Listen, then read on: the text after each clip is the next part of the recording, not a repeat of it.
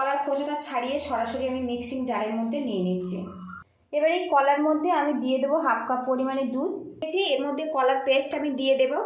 নমস্কার বন্ধুরা, আপনারা কেমন আছেন? আশা করছি সবাই খুব ভালো আছেন, আমিও ভালো আছি। আজকের আমি বিনা তেলে কলা দিয়ে খুবই স্বাস্থ্যকর সকাল বিকালের একটা নাস্তা রেসিপি আপনার সাথে শেয়ার করব। পুরো ভিডিওটি দেখার অনুরোধ করছি, আশা রাখছি খুব ভালো লাগবে। আজকের রেসিপির জন্য এখানে দেখুন 4টে সিঙ্গাপুরি কলা নিয়েছি। যে কোনো কলা দিয়ে কিন্তু আপনারা এই রেসিপিটা বানিয়ে নিতে পারবেন।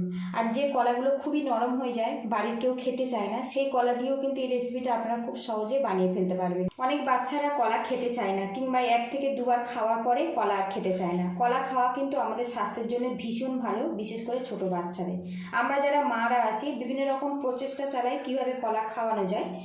সেই রকমই আজকের একটা খুব সহজ নাস্তা রেসিপি শেয়ার করছি বন্ধুরা। এই রেসিপিটা এতটাই টেস্টি যে একবার বানালে কিন্তু বাড়ির সবাই খুব খুশি মনেই খেয়ে নেবে।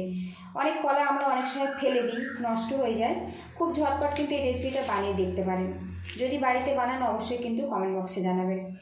কলার খোসাটা ছাড়িয়ে সরাসরি আমি মিক্সিং জারের মধ্যে নিয়ে নিচ্ছি।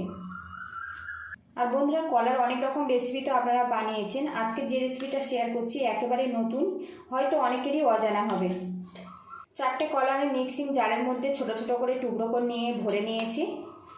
এবার এই কলার মধ্যে আমি দিয়ে দেবো হাফ কাপ পরিমাণে দুধ, দিয়ে মিহি করে পেস্ট বানিয়ে নেব। এখানে একটা বোল নিয়েছি, বোলের মধ্যে 1 কাপ পরিমাণে আটা দিয়ে দেব।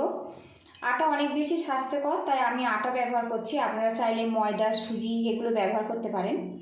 এবার এর মধ্যে দিয়ে দেবো 2 টেবিল স্পুন সুজি। এবার এর মধ্যে দিয়ে দেবো 2 টেবিল স্পুন চিনি, স্বাদ মতো লবণ দিয়ে দেব। এবার এখানে দেখুন সামান্য পরিমাণে মৌরি নিয়েছি, হাত দিয়ে ক্রাশ করে দিয়েছি, এর মধ্যে দিয়ে দিলাম। সামান্য পরিমাণে গোলা দুধ বেশি হয়েছে, এর মধ্যে দিয়ে দেব।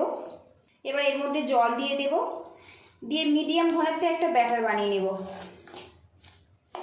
আর বন্ধুরা, আপনারা চাইলে কিন্তু পুরো দুধটা দিয়ে এইভাবে ব্যাটারটা বানিয়ে নিতে পারবেন। আমি এখানে অল্প দুধ আর অল্প জল ব্যবহার করছি।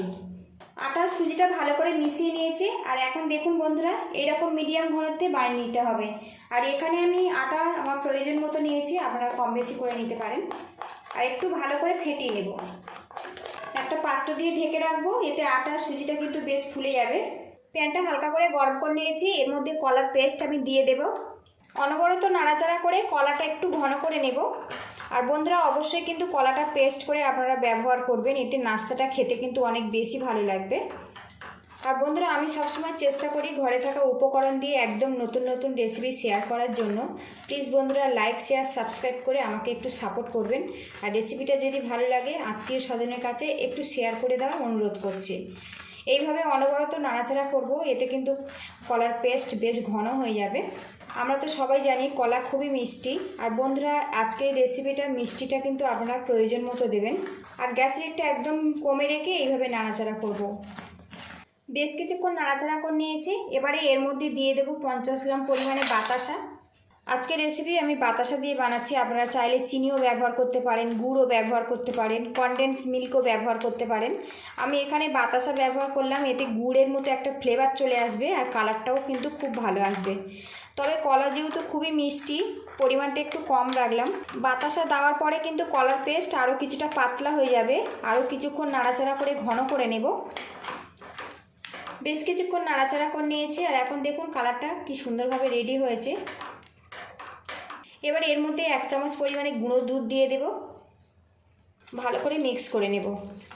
এদিকে দেখুন বন্ধুরা, কলার মিশ্রণটা কিন্তু বেশ ঘন হয়ে গেছে। এখন দেখুন প্যান থেকে বেশ আলাদা হতে শুরু করেছে। এই অবস্থাতে নামিয়ে নেব, কারণ ঠান্ডা হওয়ার পরে কিন্তু আরও কিছুটা ঘন হয়ে যাবে। আবারও একটা তাওয়া বসিয়ে দিয়েছি। এখানে দেখুন বন্ধুরা, যে আটা আর সুজিটা আমি গুলে নিয়েছিলাম এখন কিন্তু বেশ ভালো মতো সেট হয়ে গেছে। একটু এইভাবে ঘুরিয়ে নেব। তাওয়াটা বেশ ভালো মতো গরম হয়ে গেছে, সামান্য ঘি দিয়ে দেব। আর বন্ধুরা, আজকের নাস্তাতে খুব বেশি কিন্তু তেলের প্রয়োজন হবে না, সেই জন্য আমি সামান্য ঘি ব্যবহার করছি, এতে নাস্তাটা খেতে ভালো লাগবে। প্যানের চারিদিকে ঘিটা ভালো করে লাগিয়ে নেব। এখানে কিন্তু আমি ঘিটা ব্যবহার করেছি, নাস্তাটা খুব সহজে উঠে আসবে। এবারে তাওয়ার মধ্যে আমি 1.5 হাতা পরিমাণে ব্যাটার দিয়ে দেব। আপনারা যত বড় নাস্তা বানাবেন ব্যাটারের পরিমাণটা একটু বাড়িয়ে দেবেন। এইভাবে গোল করে দেব।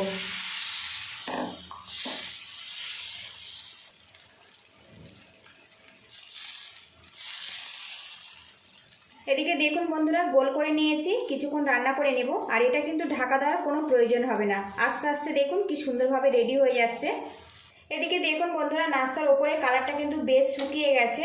এবার সাইড থেকে এইভাবে আমি তুলে দেব। কত সহজে দেখুন বন্ধুরা উঠে গেছে। এবারে এখানে যে কলার ক্ষীরটা আমি বানিয়েছি এর মধ্যে আমি দিয়ে দেব।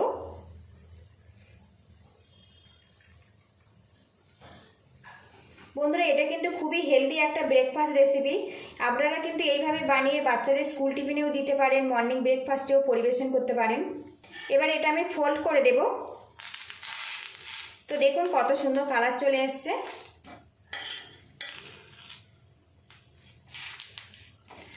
আপনারা কিন্তু বলতে পারেন কলার ক্ষীর দিয়ে পাটিসাপটা, এটা কিন্তু খুব হেলদি আর খুব ঝটপট রেডি হয়ে যায়। তো বন্ধুরা দেখুন, কলা দিয়ে একটা নাস্তা কিন্তু আমার রেডি হয়ে গেছে। এবার এটা আমি তুলে নিচ্ছি। এইভাবে বানিয়ে দিলে যারা কলা খেতে একটুও পছন্দ করে না তারাও কিন্তু খেয়ে নেবে, বুঝতেই পারবে না এটা কলা দিয়ে বানানো হয়েছে। তার মধ্যে আরও কয়েক ফোঁটা ঘি আমি দিয়েছি। আর বন্ধুরা, আপনারা চাইলে সাদা তেলও ব্যবহার করতে পারেন। সামান্য ঘি দিলাম, এতে ফ্লেভারটা ভালো আসবে। আবারও ব্যাটার দিয়ে দেব। আর বন্ধুরা, আজকের রেসিপিটা যদি ভালো লাগে প্লিজ বন্ধুরা লাইক শেয়ার সাবস্ক্রাইব করে আমাকে একটু সাপোর্ট করবেন। এইভাবে আমি সবগুলো রেডি করে নেব। কলা দিয়ে খুব হেলদি টেস্টি একটা নাস্তা কিন্তু বন্ধুরা রেডি হয়ে গেছে। এই রেসিপিটা কিন্তু আপনারা মর্নিং ব্রেকফাস্টেও বানাতে পারেন, আবার বাচ্চাদের স্কুল টিফিন কিংবা বিকালের নাস্তাতেও পরিবেশন করতে পারেন। আর বন্ধুরা, এটা এতটাই সফট, ঠান্ডা হওয়ার পরে কিন্তু একদম নরম তুলতুলে থাকে। যারা কলা খেতে চায় না একবার এইভাবে বানিয়ে দেখতে পারেন। পুরো ভিডিওটির সঙ্গে থাকার জন্য অসংখ্য ধন্যবাদ। ভালো থাকবেন, সুস্থ থাকবেন, দেখা হবে নেক্সট ভিডিওতে। তো বন্ধুরা, লুকিংটা দেখুন। একটা নাস্তা আপনাদেরকে আমি কেটে দেখাই এটা কতটা নরম আর সফটিভাবে তৈরি হয়েছে।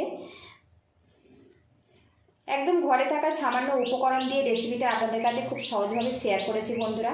ভালো লাগলে প্লিজ বন্ধুরা লাইক শেয়ার সাবস্ক্রাইব করে আমার একটু সাপোর্ট করবেন। তো বন্ধুরা দেখুন কত সুন্দরভাবে রেডি হয়েছে। এর মধ্যে কিন্তু কোনো রকম কলার স্মেলও নেই।